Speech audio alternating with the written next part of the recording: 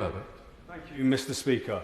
I'd like to advise the Minister that I'm concerned about the influence of foreign nations levied through the criminal courts. And if it's not too vague, I'd like to just read a very brief quote, which is, "A society grows great when old men plant trees in whose shade they know they will never sit." Given this land was always going to be ours, and now it's only will be ours for 99 more years, in a century, who will benefit from that shade? Mr. Speaker, the British people and British forces will benefit from that shade. They will continue to benefit from that shade beyond the 99 years if we choose as a nation at that point to exercise our first refusal to extend this deal for another 40 years. That was a provision that was not in the deal that they negotiated. It's a provision that extends our ability to control this space for the long term for our national security. Thank you, Mr. Speaker, and I thank the Secretary of State for his statement. As the Prime Minister confirmed earlier today, the cost of this deal is slightly less than the average annual cost of just one aircraft carrier without the aircraft. Does the Secretary of State agree with me that this is a price well worth paying to ensure our country's safety and security? It is, Madam Deputy Speaker. Mr. Speaker, it is definitely a good investment for this country.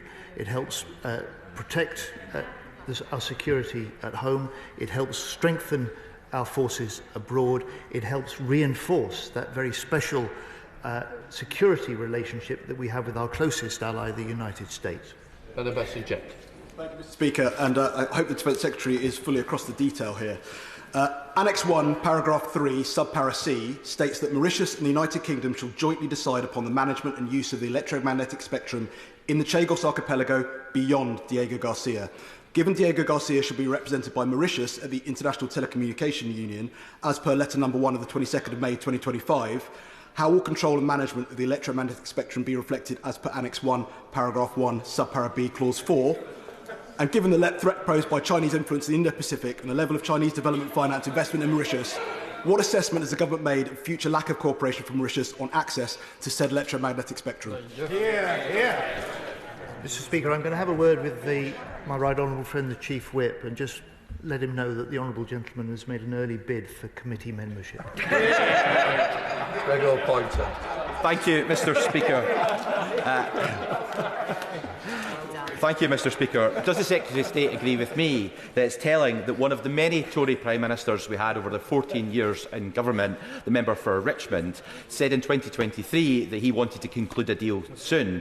So is it not the case the bluster and red faces we've seen from the party opposite today is nothing more than the worst type of political hypocrisy? Absolutely.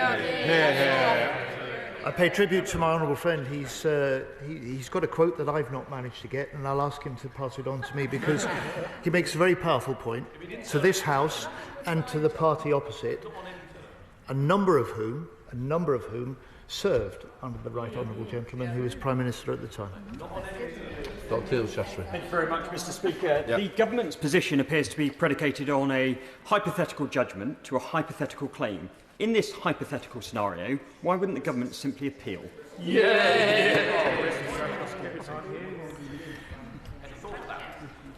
The operations that...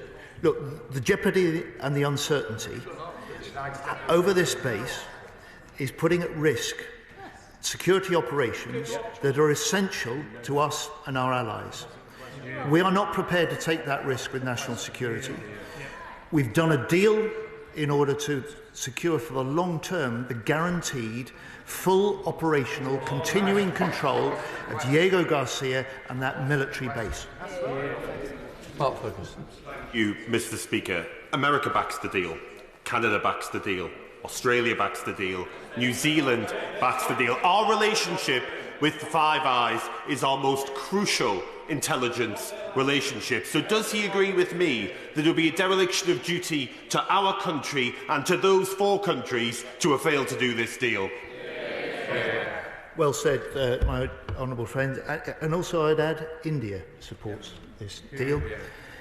Those countries that are our staunchest allies are our strongest supporters on this deal. Those countries that are adversaries, that do us harm, that want themselves to be able to move in to this part of the world and the archipelago, don't want the base, don't want the deal. And there is a question. There is a question. Whose side of the argument are you on? Dr. Luke Evans. United Kingdom. Thank you, Mr. Speaker. And I respect the expertise for the Defence Secretary, so I hope he could help me here, because the ICJ said it was a non-binding treaty, non-binding decision. The International Tribunal Law of the Sea is the court he is worried about. Why, to the country, they will wonder, why would he not challenge that in the court, stand by that and have that process to see what it would look like? And if that is the case, he was worried he was going to lose, would he publish the documentation as to why he was given that advice, why he would lose, so that the country can understand why he's not making that challenge? Because if he failed that challenge, he could appeal as well. To the public, it does look like we are just giving into the deal without even using the courts that we could legally use ourselves. Well, Mr. Speaker, the Opposition Chief Whip's got a second volunteer for the committee stage of his legislation. Look, there's an accumulation of legal challenges. There's a serious risk of legal rulings. This is not just a matter of international law. It is the direct impact on the operations of this essential base to our national security. The risk this poses puts the future operation of the base in jeopardy, and no responsible government could stand by and simply say, we cannot act. No action is no option, and that is why we struck the deal and signed the treaty today. Right, that completes the statement. We now come to a petition. Petition, Caroline Bowden.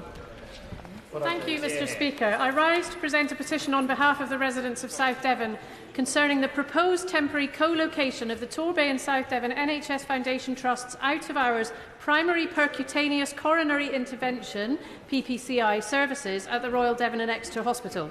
This change would significantly increase travel times for patients suffering life-threatening cardiac emergencies, causing deep concern in the community. Many constituents have contacted me fearing delays to urgent care. Quick access to treatment is critical in these situations, and this proposal could endanger lives by reducing access. The petitioners therefore request that the House of Commons urges the Government to ensure NHS Devon reconsider the proposed co-location and to ensure that all PPCI services, including out-of-hours services, remain accessible within the local area.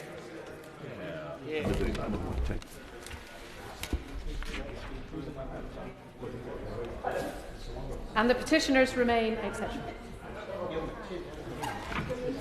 Where are we up to now? Go for it. I know, it's not for me to move.